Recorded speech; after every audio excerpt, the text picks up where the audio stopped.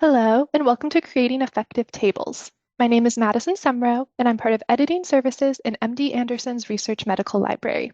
In this video, we'll discuss when to use a table. How do you decide whether to use a table? Begin by thinking about what you want to convey to readers. A table is useful if you want to present more than a few precise numeric values. Having a lot of numbers in the text makes the text hard to read and the data hard to absorb. You can also use a table to show detailed item-to-item comparisons. Data are easier to read and compare if they are arranged side by side in rows or aligned in columns. Or use a table to show complex relationships between data that might be difficult to describe in words. And whereas graphs and other figures may capture only a few variables at a time, a table with multiple rows and columns can present more dimensions of the data. Finally, a table provides a concise way of presenting information that would take up a lot of space if it were written out in the text.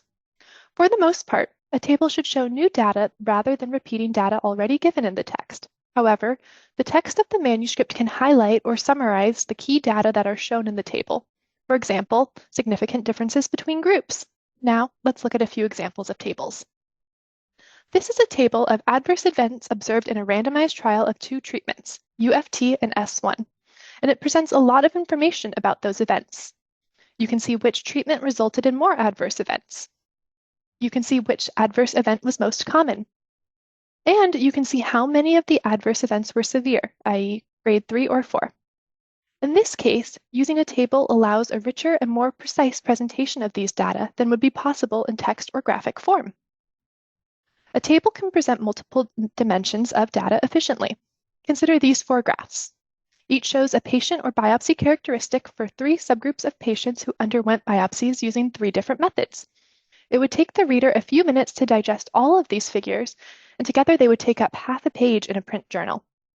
Instead, the data can be presented more efficiently in a single table with the three methods as column headings, that is, along the top of the table, and the patient and the biopsy characteristics would be the row headings, down the left side of the table.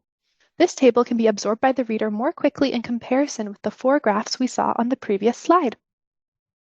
A table can also be used to demonstrate complex relationships between data that may be otherwise difficult to describe. For example, this table describes how well a linear regression model for smoking cancer risk fits the data according to several variables. You can also use a table to concisely present information that would take a lot of space to describe in the text. This is an excerpt from a much larger table showing various genes whose expression correlated with expression of the GAPDH gene. Conveying this information with text would likely require multiple ponderous sentences, but in table format, the information is clearly organized and easy to refer to. Keep in mind, however, that there are some instances in which you should not use a table. For example, in contrast to what was demonstrated on our last few slides, your data may not be well suited for a table if your main goal is to convey an overall trend or relationship that could more quickly be conveyed visually. In those cases, use a figure like a graph or a scatter plot. This table effectively conveys detailed information about how patients in two cohorts were distributed by disease stage. But if the aim is to give readers a snapshot of the information, where details take a back seat to the main message, a figure is the way to go. Here's the same information in a stacked bar graph. We don't get the level of detail that the table offers, but you can see how much easier and faster it is to understand how disease stage was distributed in the two cohorts. Another instance of when not to use a table. You probably don't need a table if the information is simple enough to be presented clearly and concisely in a sentence or two. In that case, use text. For example, the data in a two-row, two-column table can usually be covered in one sentence in the text and would take up less space that way. Here's our example. This table lists mean tumor volume and median treatment times, but it is a pretty inefficient use of a table.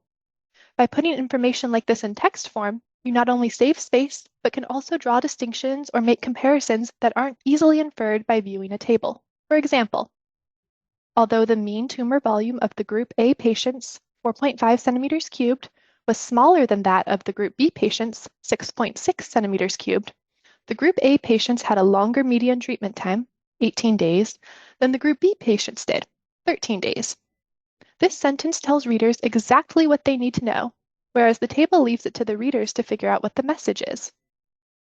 Finally, if the information is a single column of text, for example, a list. It could be presented in a box. Boxes are textual tables that contain words, phrases, or sentences. They might be used to highlight key points or to summarize information, such as guidelines. If the journal or publisher doesn't allow boxes, or if the list is short, a bulleted list in the text may also be appropriate.